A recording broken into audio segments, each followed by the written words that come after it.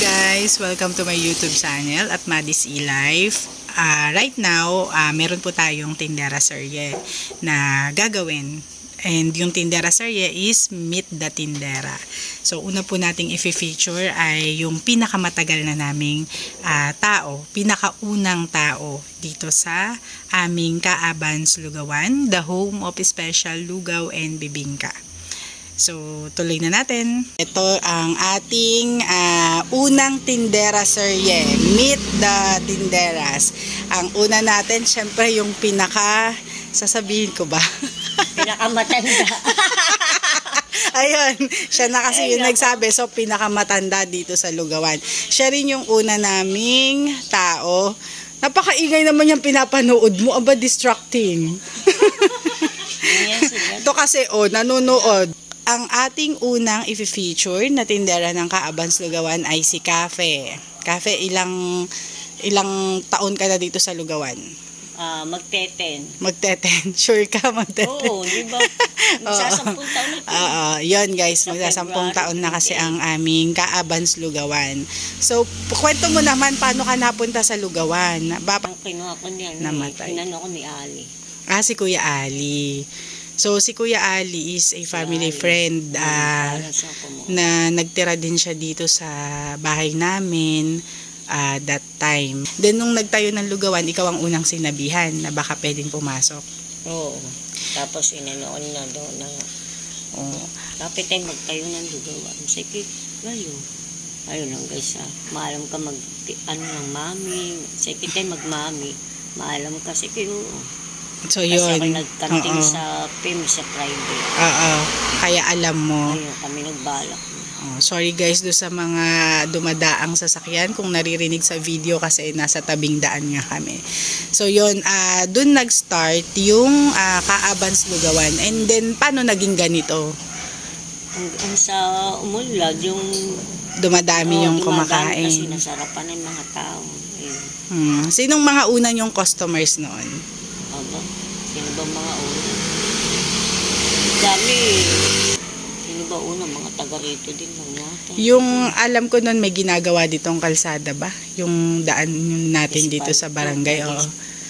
So parang yun yata yung mga kumakain dito, yung mga engineer, no? Tapos mga nagagawa ng daan. Anong oras kayo nag-i-start magtinda before? Hapon. Hapon na. Tapos sino nagluluto that time? Di una sila, ang mga ate. Ganun. Sila ate. Test nang kuhanin naman si Kabe, buti Later on na kinuha si Mami B. So si Inang Bebot po o si Mami B kung tawagin namin ay dati rin po namin kasama dito sa bahay. So matagal na kasama namin sa bahay, mga maliliit pa kami, mga siguro high school, college sila ate gano'n. And umalis siya sa amin and nung time na may Lugawan na kami, bumalik naman siya dito sa amin. So, siya na yung naging cook namin after. Kasi syempre sila ate that time may mga trabaho pa. Nung umalis ka Cafe sa Lugawan, ilang ka ring nawala? 2. 2 taon na nawala. Tapos, nag-decide kang bumalik. So, yun. Bakit ka nag-decide bumalik? Kasi love mo kami. Joke. Oy, ano namang unforgettable moments mo sa Lugawan, sa Kaabans Lugawan? Yung di mo malilimutan. Memories. Hindi ko malilimutan ay magaling kayong makisama, gano'n. Bukod dun sa amin, I mean yung naging experience mo dito sa Lugawan na hindi mo malilimutan. Talagang pag naaalala mo yung masaya ba, yung parang tipong hindi mo noon na Oo. Nasiyan ako gawa ng pagka may okasyon. Ayun, yung mga outing. Saan yung yung pinaka-experience mo sa outing na hindi mo malilimutan? Lang mag-swim, mag-overnight. Saan? Kalamba. Doon sa Kalamba. Kalamba ba?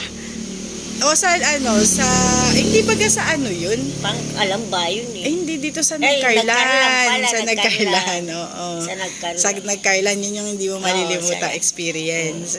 Kasi maganda doon pati yung ano nila maganda. Tawa na kami pag...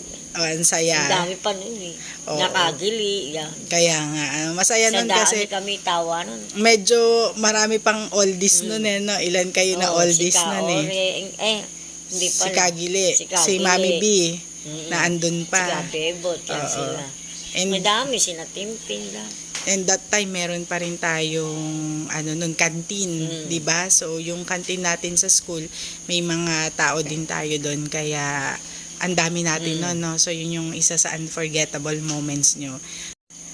So guys, ituloy natin yung ating tindera serye. Tanungin pa natin kung ano yung mga unforgettable moments ni Cafe dito sa Lugawan. Pati na rin sa mga kasamahan niya, yung mga hindi niya malilimutan about sa mga kasamahan din niya, yung mga experiences nila together dito sa Lugawan. Tanungin natin si Cafe since siya yung matagal din dito. Ano yung unforgettable moments mo naman pagdating ng Pasko? 'Di ba meron tayong mga Christmas party, yan. Ano yung isa sa Pasko na hindi mo malilimutan dito sa Kaabans, Lugawan? Ilan ba yung mag-Christmas party? Syempre, December. Mag-Christmas party. Ano yung sa Christmas party? Syempre, ilang taong ka na ditong nagki-Christmas party. Noong mga panahon na yon, anong pangyayari do sa Christmas party na na-experience mo hindi mo malilimutan? Yung paglalaro ng mga yung paglalaro. Yung paglalaro. So, doon ka nasisiyahan sa paglalaro. Kwento natin sa kanila na ano. At saka yung may wish ko lang. May wish ko lang, yon. Yun yung isa sa nila gustong-gusto, yung wish ko lang. Kasi pag Pasko, meron kaming wish ko lang, yon susulat nila yung mga gusto nilang matanggap bukod dun sa kanilang sa aming exchange gift. So, mayroon silang mga sulat kay Santa kung ano yung gusto nilang matanggap pa bukod doon. And aside din doon sa bonus na natatanggap nila before. So, yun yung wish ko lang na sinasabi nila. So, ngayon naman, ano naman yung unforgettable moments mo sa mga kasamahan mong tindera? Mapa. Yung mga may konting away-away. May kaunting tampuhan. Anong masasabi mo sa mga kasama mo? Noon hanggang ngayon. Masasabi ko ay ibang-iba noon kaysa ngayon. Bakit? Mas masinop Yung mga noon, yung mga kasama dati mo noon. kaysa ngayon. Bakit mas masinop? Kasi kasi noon medyo may edad yung mga kasama mo noon no. So unlike kasi ngayon, mga bata. So kukunti lang kasi no ng yung bata no.